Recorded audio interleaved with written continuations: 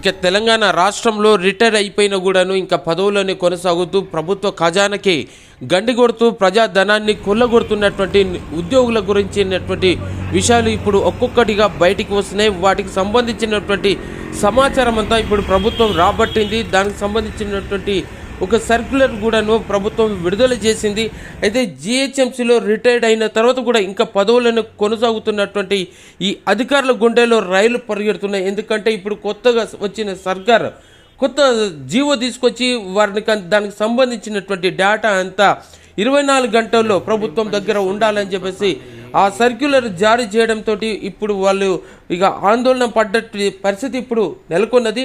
మొత్తానికి చూస్తే జిహెచ్ఎంసీ సొంత ఉద్యోగుల కారుణ్య నియామకాలతో పాటు ఇతర శాఖల నుంచి కూడాను డిప్యుటేషన్ మీద బల్దియాలోకి వచ్చి ఇక్కడే రిటైర్ అయినటువంటి వ్యక్తులు ఉన్నారు. ఆ తర్వాత రాజకీయ ఉన్నతాధికారుల యొక్క పలుకుబడిను ఉపయోగించుకొని సీట్లకు అతుక్కుపోయినటువంటి సంఘటనలు. అయితే అధికారుల యొక్క పూర్తి వివరాలను మొత్తం దానికి సమగ్రమైనటువంటి సమాచారాన్ని 24 అవర్స్ లోపలే సమర్పించాలని సర్కారు జిహెచ్ఎంసీని ఆదేశించింది. జిహెచ్ఎంసీ చేసిన నిర్వాహకం ఇంత అంత కాదు. జిహెచ్ఎంసీలో ఉన్నటువంటి కమిషనర్ దృష్టికి వచ్చినా కూడాను దాన్ని ఏమాత్రం పట్టించుకోకుండా కాలయాపన చేస్తూ ఎవరికి తోచినట్టుగా వారు నడిపించుకుంటూ పోయినటువంటి పరిస్థితి.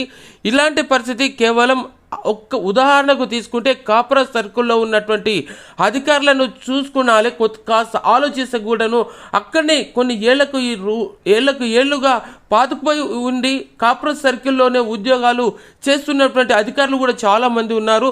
అటు ప్రత్యేకంగా చూస్తే ఇంజనీరింగ్ విభాగంలో చూస్తేను అటు శానిటేషన్ విభాగంలో చూస్తే కూడాను చాలామంది కనబడతారు. సో ఇట్లాంటి పరిస్థితి కొనసాగడంతో ప్రభుత్వానికి రావాల్సినటువంటి నిధులన్నీ రావాల్సినటువంటివి తర్వాత అత్యధికంగా డబ్బులను పోగు చేసుకోవడానికి అని చెప్పేసి వీరంతా గత కొంతకాలం నుంచి చేస్తున్నటువంటి పరిస్థితి.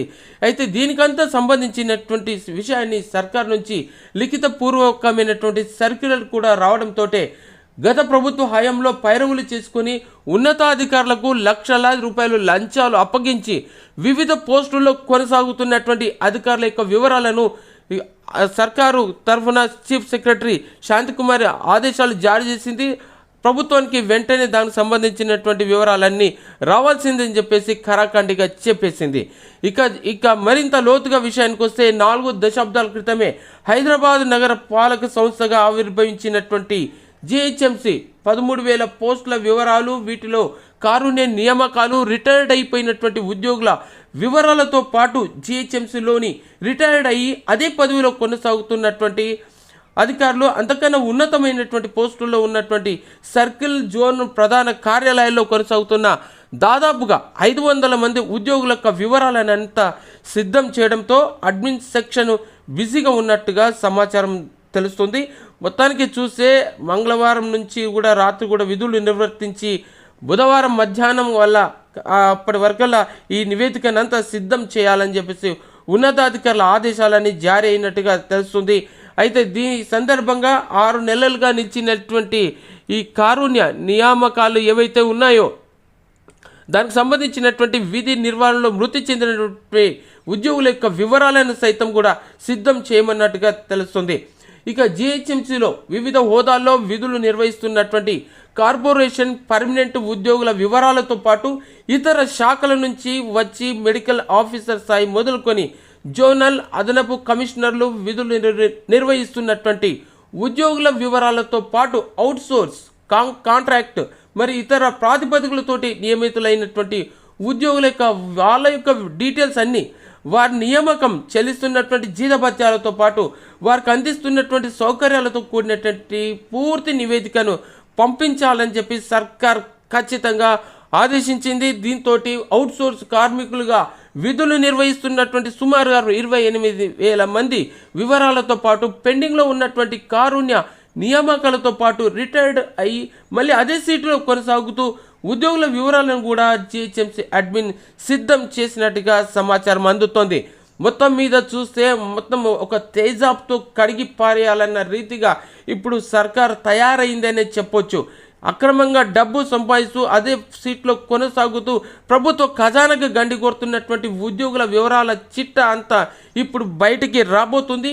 ఇక రిటైర్ అయిన తర్వాత కూడాను అదే ఉన్నతమైనటువంటి హోదాలో కొనసాగుతున్న ఆంధ్ర క్యాడర్కు చెందినటువంటి అదనపు commissioner finance Jayaraj Kennedy, chief ఇంజనీర్గా పదవి విరమణ పొందినటువంటి ఓఎస్డి హౌసింగ్ కన్నా సురేష్ కుమార్, ఇక mayor OSD Vijay Krishna, command control room incharge అనురాధతో పాటుగా బిల్డింగ్ మెయింటెనెన్స్లో రిటైర్డ్ అయిన తర్వాత కూడా దశాబ్దాలుగా పనిచేస్తున్నటువంటి ఇతర అధికారులు సిబ్బందితో పాటు జిహెచ్ఎంసీ ఇతర విభాగాల నుంచి కూడాను డిప్యూటేషన్ మీద వచ్చి ఆ తర్వాత వాళ్ళ సొంత మాతృశాఖకు సొంత డిపార్ట్మెంట్కు రిపోర్ట్ చేయకుండా అక్కడే విధులను నిర్వహిస్తూ ఉన్నటువంటి ఆ అధికారులు దాని అంటే వారు మెడికల్ ఆఫీసర్లు, ఎలక్ట్రికల్ డిపార్ట్మెంట్లో ఉన్నటువంటి ఇంజనీర్లు, తర్వాత ఇతర ఉద్యోగుల వివరాలు టోటల్గా 450 నుంచి 500 వరకు మొత్తం ఉన్నారు. తర్వాత ఖాళీలు, అవుట్సోర్సు, కాంట్రాక్టు ప్రాతిపదికన పోస్టింగ్లు ఇచ్చినటువంటి పర్మనెంట్ పోస్టులతో వివరాలతో కూడినటువంటి నివేదిక మొత్తం సర్కారుకు అతి త్వరలో అందించేటువంటి ప్రయత్నంలో జిహెచ్ఎంసీ అధికారులు తలా మునకలై ఉన్నారు. సో ఏది ఏమైనా సరే ఇప్పుడు జిహెచ్ఎంసీని ప్రక్షాళన పెట్టే దిశగానే ఇప్పుడు ప్రభుత్వ యంత్రాంగం నడుము కట్టిందని చెప్పొచ్చు. ప్రభుత్వం ప్రజల ఖజానాను ధనాన్ని దుర్వినియోగం చేస్తున్నటువంటి ఈ అవినీతి అధికారులు ప్రభుత్వాన్ని తిమ్మిని బమ్మిని చేసేటువంటి ఈ అధికారుల యొక్క చిట్టా అంతా ఇప్పుడు బయట ప్రపంచానికి తెలియజేసేందుకు సిద్ధమైందని చెప్పొచ్చు. ఏళ్ల తరబడి అదే శాఖలో కొనసాగుతూ డిప్యూటేషన్ మీద వచ్చి కూడాను కొనసాగుతూ ప్రభుత్వ ఖజానాకు అటు విధులు సరిగ్గా నిర్వహించగా ధనాన్ని కొల్లగొడుతున్నటువంటి ఈ అవినీతి తిమింగలాలను ఇప్పుడు వారి పని అంతా భరతం పట్టేందుకు ప్రభుత్వం సిద్ధమైందని చెప్పొచ్చు. ఏదేమైనా సరే తెలంగాణ ప్రజల ధనాన్ని కొల్లగొడుతున్నటువంటి ఇలాంటి అధికారులు, కింది స్థాయి అధికారులు, పై అధికారులు చేస్తున్నటువంటి ఈ నకరాలన్నీ ఇప్పుడు బయట ప్రపంచానికి తెలంగాణ ప్రజల ముందుకు రాబోతుంది. ఎంతో కష్టపడి పన్నులు కట్టి ప్రభుత్వాన్ని నడిపించేందుకు సిద్ధమైనటువంటి ఈ తెలంగాణ ప్రజల యొక్క ధనాన్ని కొల్లగొడుతూ అక్రమంగా డబ్బులు వెనకేసుకుంటూ కోట్లాది రూపాయలు మిగిల్చుకున్నటువంటి ఈ అవినీతి తిమింగలాలను అధికారులను ప్రభుత్వాన్ని తప్పుదోవ పట్టించడానికి సహకరిస్తున్నటువంటి ఉన్నత అధికారులు కూడా వీళ్ళందరి యొక్క చిట్టా మొత్తము బయటికి రానుంది. అందులో ప్రత్యేకించి కొంతగా చెప్పుకోవాలంటే కార్పొరేట్ సర్కిల్లో ప్రత్యేకంగా ఇలాంటి అధికారులు కూడా ఉన్నారు. వారి యొక్క భర్తం కూడా ఇప్పుడు పట్టేందుకు రంగం సిద్ధమైందన్నట్టుగా తెలుస్తోంది. ఏదేమైనా సరే తెలంగాణ ప్రజల కోసం ఒక మంచి ప్రయత్నం అనేది జరుగుతుంది. కాంగ్రెస్ ప్రభుత్వం చేస్తున్నటువంటి రేవంత్ హయాంలో జరుగుతున్నటువంటి ఇలాంటి ప్రయత్నాలు, ఇలాంటి ముమ్మరంగా జరుగుతున్నటువంటి ఈ రిపోర్టు కొనసాగించేటువంటి తెప్పించుకునే విషయాలన్నీ ఒక అభివృద్ధి దిశగానే ముందడుగు వేస్తుందని చెప్పుకోవచ్చు.